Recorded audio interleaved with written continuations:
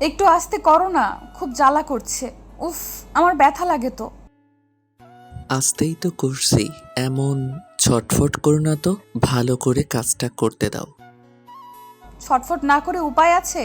এত জোরে জোরে দিচ্ছ যে আমি ব্যথা পাচ্ছি। এত আস্তে দেওয়ার পরও বলো জোরে দিচ্ছি। সত্যি তুমি আসলেই একটা ফাজিল হয়ে গেছো। আমি ফাজিল না তুমি ফাজিল, সব সময় আমায় টর্চার করতে থাকো তুমি। আমি কি আর ইচ্ছে করে তোমায় জ্বালাই নাকি? ওমা, তাই? আমি ইচ্ছে করে তোমায় জ্বালাই, তাই না? একদম তাই। এখন তাড়াতাড়ি করো তো, আমার ব্যথা কিন্তু আরো বেশি লাগছে। এই তো শেষ, শোনা। আর একটু অপেক্ষা করো। রোহান কথাটা শেষ করতেই রোজের হাতের পড়ে যাওয়া জায়গাটা পরিষ্কার করতে লাগলো। রোহানের পরিষ্কার করে দেওয়ায় রোজ ভীষণ ব্যথা পাচ্ছে। রোজ ব্যথায় কোকিয়ে উঠছে বারংবার। রোহান রোজকে বারবার করে বারণ করছে ছটফট না করতে, কিন্তু কে শোনে কার কথা। রোজ যেন রোহানের কাজ বিগড়ে দেওয়ার জন্য উঠে পড়ে লেগেছে। রোহানের বারণ করার পর আরও বেশি নড়াচড়া করে হাত পরিষ্কার করাটা মুশকিল করে দিচ্ছে। রোজ রান্না করতে গিয়ে হাত পুড়িয়ে ফেলেছে। রোহান অনেকবার করে বলেছে সাবধানে কাজ করতে, কিন্তু কে কার কথা শোনে। রোহান ডেটল লাগাতেই রোজ হকচকিয়ে গিয়ে খানিকটা চিৎকার করে বলে উঠল, উফ, ব্যথা পাই তো। একটু আস্তে আস্তে করো না। আমার উপর কি ইচ্ছে করে সাজা দিচ্ছ তুমি? লে, আমি তো আদর করে করে পরিষ্কার করে দিচ্ছি, একটু তো সহ্য করতে হবে সোনা। কি করে সহ্য করব? এটা তো আমার হয়েছে, তুমি বুঝবে কি? কি ব্যথা! এই তো, বেশি পাকামো করলে এমনটাই হবে। বারবার বলেছি সাবধানে করো, সাবধানে করো। আমার কথা তো শোনো না তুমি। হয়েছে তো, আর তোমার কথাকে অবহেলা করব না। এবার একটু ফু দিয়ে দাও, জ্বালা কমে যাবে। হুম, তাই দিচ্ছি। রোহান কথাটা শেষ করতেই রোজের হাতের ফু দিতে লাগলো। রোজ রোহানের এই ছোট্ট ছোট্ট কেয়ারিংগুলোকে বড্ড পছন্দ করে। সবসময় এমন কেয়ারিং পেতে এক অদ্ভুত ভালো লাগে রোজের। রোহান রোজের হাতে ফু দিয়ে ব্যান্ডেজ বেঁধে দিল। রোহান ব্যান্ডেজ করে দিয়ে রোজের হাতের উপরে আলতো করে নিচের ঠোঁট জোড়া ছুঁইয়ে দিয়ে আদর দিল।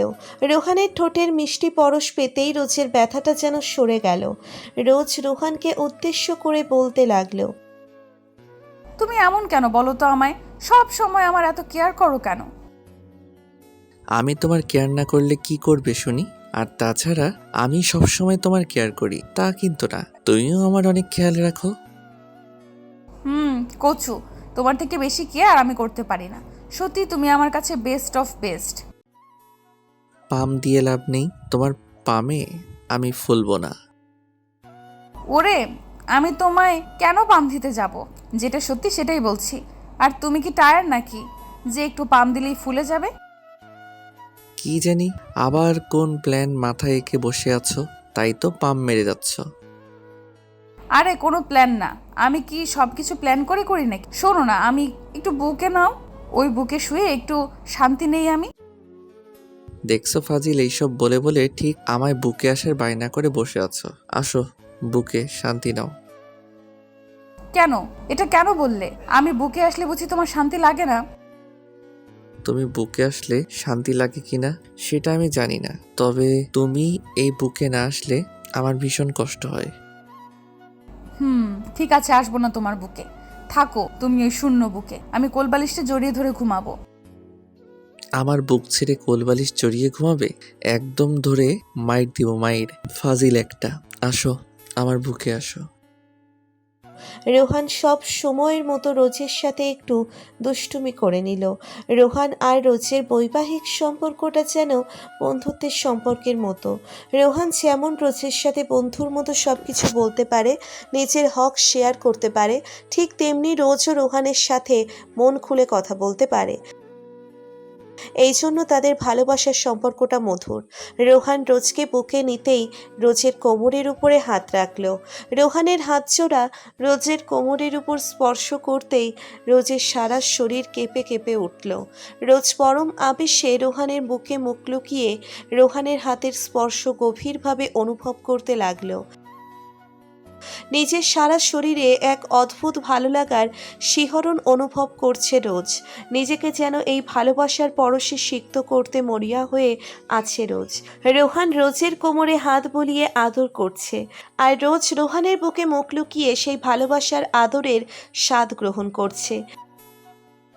কিছু সময় রোহান রোজের কোমরে হাত বুলিয়ে দেওয়ার পর আচমকা রোহান নিচের হাত রোজের কোমরের উপর থেকে সরিয়ে নিল। রোহানের হাত রোজের কোমরের উপর থেকে সরে যেতেই রোজ চরম বিরক্ত হলো। এমন করে কেউ হাত সরিয়ে নিলে কারো কি ভালো লাগে? রোজ রোহানের বুকের উপর থেকে মাথাটা তুলে রোহানের দিকে তাকিয়ে বিরক্তির সুরে বলতে লাগলো, কি হলো এটা? আমার কোমরের উপর থেকে হাত সরিয়ে নিলে কেন? ও মা, তুমি জেগে আছো? আমি তো ভেবেছি ঘুমিয়ে গেছো, তাই সরিয়ে নিয়েছি। আমি ঘুমিয়ে গেলে বুঝি আমার কোমরের উপর হাত বুলিয়ে দিবে না তুমি? জানো কতটা শান্তি পাচ্ছিলাম আমি। এখন হাত বুলিয়ে দেওয়া লাগবে না, তুমি একটু ঘুমিয়ে নাও, রেস্ট করো, আমার একটু কাজ আছে, সেটা করে আসছি আমি। কি কাজ? আমার থেকেও ইম্পর্ট্যান্ট এমন কি কাজ আছে তোমার? তোমার থেকেও ইম্পর্টেন্ট তো কোনো কাজ আমার নেই, তবে অফিসের কিছু ফাইল রেডি করতে হবে, তাই বলছিলাম আর কি। ও ঠিক আছে, আমার কোমরে হাত বুলিয়ে আদর দিতে তো তোমার ভালো লাগে না? যাও কাজ করো গিয়ে, আর কখনো তোমার বুকে শুব না আমি। রোজ রোহানের উপর একটু অভিমান করে রোহানের বুকের উপর থেকে সরে যেতে নিল। রোজ রোহানের বুকের উপর থেকে সরে যেতে নিতেই রোহান দুম করে রোজের কোমর চেপে ধরে রোজকে স্লাইড করে বিছানায় শুইয়ে দিয়ে রোহান নিজেই রোজের বুকের উপর উঠে পড়ল। রোজ বিছানায় শুয়ে রোহানকে নিজের বুকের উপর দেখে বেশ কৌতূহলী হয়ে রোহানের দিকে তাকিয়ে থাকে। রোহান রোজের বুকের উপর উঠে বসে রোজের দিকে তাকিয়ে মুচকি মুচকি হাসছে।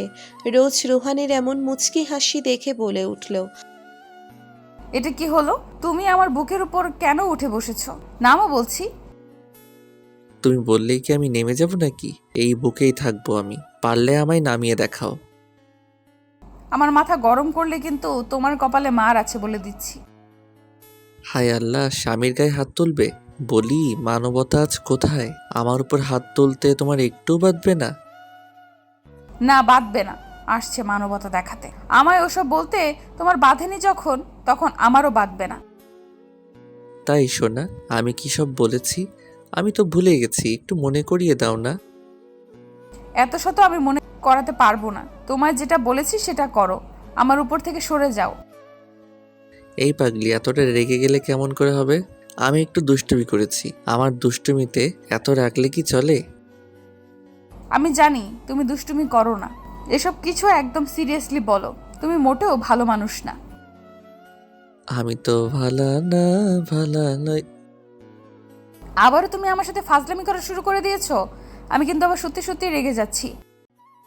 তাই দেখি দেখি, কোথায় কোথায় রাগ আছে গো তোমার?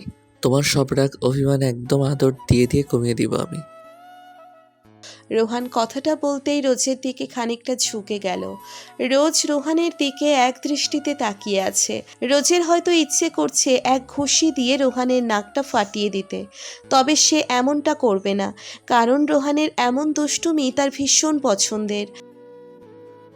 রোহান রোজের দিকে ঝুঁকে পড়ে রোজের নাকের সাথে নাক লাগিয়ে একটু ঘষে দিল। রোজ মুখ কুঁচকে আছে। রোহান এই কুচকানো মুখটা দেখে হেসে উঠল। রোহানের ঠোঁটের মিষ্টি হাসি দেখে রোজও হেসে ফেলল। রোহান রোজের হাসি দেখে আলতো করে রোজের ওই মিষ্টি ঠোঁটজোড়াকে স্পর্শ করল। রোহানের হাতের স্পর্শ পেতেই যেন রোজের চোখ মুখ বন্ধ হয়ে যায়। রোজ রোহানের চোখের দিকে তাকিয়ে থেকে কোনো কারণ ছাড়াই দুম করে রোহানের হাতের উপর কামড় বসিয়ে দিল। রোহান রোজের কামড় খেয়ে হকচকিয়ে উঠে খানিকটা চিৎকার করে উঠল। রোজের ঠোঁটের উপর থেকে নিচের হাত সরিয়ে নিতেই রোহান রোজকে উদ্দেশ্য করে বলতে লাগলো, এটা কি হলো? তুমি আমার হাতে কেন কামড় বসিয়ে দিয়েছো? আমি কি করেছি? তোমার এই দুষ্টু হাতটা আমার ঠোঁটকে স্পর্শ করেছে, তাই কামড়ে দিয়েছি। আমার এই দুষ্টু হাতের স্পর্শে তুমি কামড় দিয়েছো? যদি ওই ঠোঁটের উপর আমার ঠোঁট জোড়া স্পর্শ করতো তবে কি করতে? তবে তো একদম খেয়ে ফেলতাম। আমার সাথে ফাজলামি করার স্বাদ তুলে ফেলতাম। তাই নাকি? ফাজিল বউ আমার। এখন তো দেখছি সেটাই ট্রাই করতে হবে। ওয়েট, দেখছি আমি কি কি করো তুমি। রোহান কথাটা বলতেই রোজের ঠোঁটের দিকে নিজের ঠোঁটজোড়া এগিয়ে নিয়ে গেল। রোজের এক হাতে ব্যান্ডেজ বাঁধা আছে। রোহানও চাইছিল না যে রোজের সাথে কোনোভাবে দুষ্টুমি করতে, তবে যখন রোজ নিজেই চাইছে রোহান তার সাথে ফাজলামি করুক, তখন আর রোহান নিজেকে কি করে সামলাবে। রোহান একটু একটু করে রোজের ঠোঁটের দিকে এগিয়ে গেল। রোজের ঠোঁটের দিকে এগিয়ে গিয়ে রোহান দুম করে রোজের ঠোঁটের সাথে নিজের ঠোঁটজোড়া এক করে নিল। রোহানের ঠোঁটের স্পর্শ পেতেই রোজের সারা শরীরটা প্রবলভাবে কেঁপে কেঁপে উঠল। এক অদ্ভুত শিহরণ খেলে গেল রোজের শরীরে। রোজ চোখ বন্ধ করে রোহানের ঠোঁটের পরশ নিচের ঠোঁটের উপর অনুভব করছে। ওইদিকে রোহান রোজের ঠোঁটের স্বাদ পেতেই আরও ব্যাকুল হয়ে উঠল।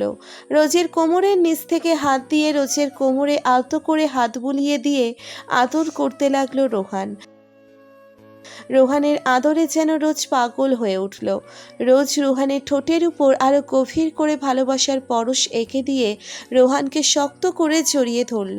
কিছু সময় রোহান রোজকে আদর করার পর আচমকা রোজ রোহানের ঠোঁটজোড়া ছেড়ে দিল।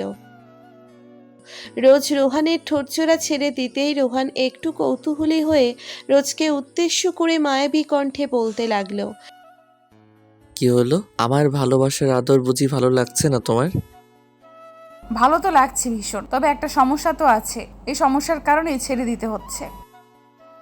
কি সমস্যা? আমার আদরের আবার কি সমস্যা হবে? তুমি জানো না তোমার আদরে কি সমস্যা হবে? তোমার এই আদর পেলে আমার সারা শরীরের মধ্যে এমন এমন করে কেন? তোমার এই আদর পেলে আমি যেন নিজেকে সামলাতে পারি না। তুমি যেন নিজেকে সামলাতে না পারো তাই তো এমন আদর করছি। যাও ফাজিল, কি সব মানে সকাল সকাল বায়না শুরু হয়ে গেছে। এখন দিব তোমায় মায়ের। তাড়াতাড়ি উঠে পড়ে, আমার ক্ষুধা পেয়েছে। রোজের কথায় রোহানের টনক নড়ল। সত্যি তো, এখন তো খাবার খাওয়ার সময়। এখনো রোজ না খেয়ে আছে। এখনই রোজের জন্য খাবার নিয়ে আসতে হবে। তাছাড়া রোজের হাতে তো গভীর ক্ষত করা আছে। এই হাতে তো আর সে কোনো খাবার খেতে পারবে না। রোজকে খাইয়ে দিতে হবে। রোহান রোজের বুকের উপর থেকে উঠে পড়ে সোজা চলে যায় কিচেনে। কিচেন থেকে রোজের জন্য খাবার রেডি করে নিল রোহান। রোহান খাবারগুলো নিয়ে নিজের রুমের দিকে এগিয়ে আসতে নিতেই রোহানের সামনে চলে আসে রোজ। রোজ এসে রোহানের হাতে খাবারের থালা দেখে প্রশ্নসূচক কণ্ঠে রোহানকে উদ্দেশ্য করে বলতে লাগলো, তুমি খাবার নিয়ে কোথায় যাচ্ছ? তোমার কি ক্ষুধা পেয়েছে? টেবিলে বসো, আমি দিচ্ছি। না, আমার কেন ক্ষুধা পেতে যাবে? আমি তো তোমার জন্য নিয়ে এসেছি। তোমার তো হাতে সমস্যা, এখন নিজের হাতে খাবার খেতে পারবে না, তাই আমি খাইয়ে দিব। ওরে আমার ফাজিল দুষ্টু বরটা দেখি কেয়ারিংয়ে আমাকে পেছনে ফেলে দিয়ে ফার্স্ট হয়ে যাবে। বলি জনাব, আপনার এত ভালোবাসা আমি সহ্য করতে পারবো কেমন করে? বাজে কথা বলো না তো, চলো আমি তোমায় খাইয়ে দিচ্ছি। রোহান কথাটা বলতেই রোজকে নিয়ে নিজেদের রুমের দিকে এগিয়ে যেতে লাগলো। রোজের হাতে ব্যান্ডেজ দেখে রোহানের মা রোজকে উদ্দেশ্য করে কৌতূহলী কণ্ঠে বলে উঠল, রোজ, মা তোর হাতে কি হয়েছে? হাতে ব্যান্ডেজ কেন? রোহানের মায়ের কথা শুনে রোজ ঠায় দাঁড়িয়ে পড়ল। রোহানের মা রোজের কাছে মোটেও যেন শাশুড়ি না। নিজের মাও হয়তো রোজকে এতটা ভালোবাসে না যতটা রোহানের মা রোজকে ভালোবাসে। রোজ এই বাড়িতে এসে যেমন একটা দুষ্টু বর পেয়েছে, ঠিক তেমনি দুজন বাবা মা পেয়েছে, যাদের কাছে রোজ হলো তাদের রাজকন্যা।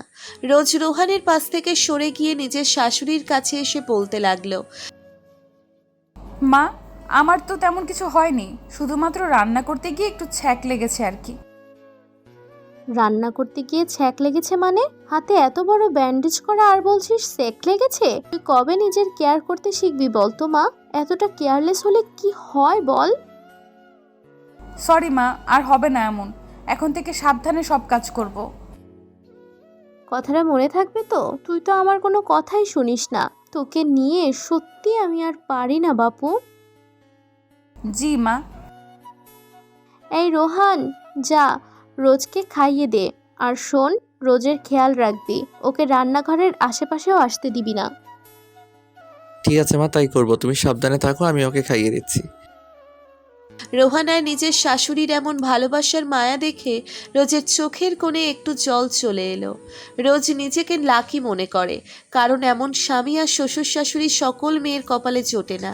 রোজ ভাবে হয়তো সে কোনো ভালো কাজ করেছে, তাই তো এমন একটা ভালো ভাগ্য সে পেয়েছে। রোহান নিজের মাকে বিদায় দিয়ে রোজকে ধরে রুমে নিয়ে আসলো। রোজকে নিয়ে রুমে এসে রোহান রোজকে নিজের কোলে বসিয়ে নিয়ে আদর করে একদম ছোট বাচ্চাদের মতো করে রোহান রোজকে খাবার খাইয়ে দিতে লাগলো। রোজকে খাবার খাইয়ে দিতে গিয়ে রোহানের চোখ পড়ল রোজের চোখের উপর। রোজের চোখে নোনা জল দেখে রোহান বলে উঠল, এই পাগলি, কাঁদছো কেন? কি হয়েছে তোমার? কিছু না, এমনিতেই চোখে জল চলে এসেছে। সত্যি আমি কোনোদিন বাবা মা আর তোমার ভালোবাসাকে হারাতে পারবো না, যাই হয়ে যাক না কেন। পাগলি আমার, এসব কথা ভেবো না, তাড়াতাড়ি খাবার খেয়ে নাও। রোহান রোজকে খাবার খাইয়ে দিতে লাগলো। স্ত্রীর প্রতি স্বামীর ভালোবাসা, মায়া, মমতা যেন এমনই হয়ে থাকে। স্বামী স্ত্রীর মাঝে যদি মায়া মমতা বলতে কিছু না থাকে, তো তাদের ভালোবাসার সম্পর্ক বেশি দিন স্থায়ী হতে পারে না। ভালোবাসা এটাকেই বলে, সবসময় স্ত্রী নয়। কিছু সময় স্বামীরও স্ত্রীকে কেয়ার করতে হবে। ভালো থাকুক ভালোবাসা।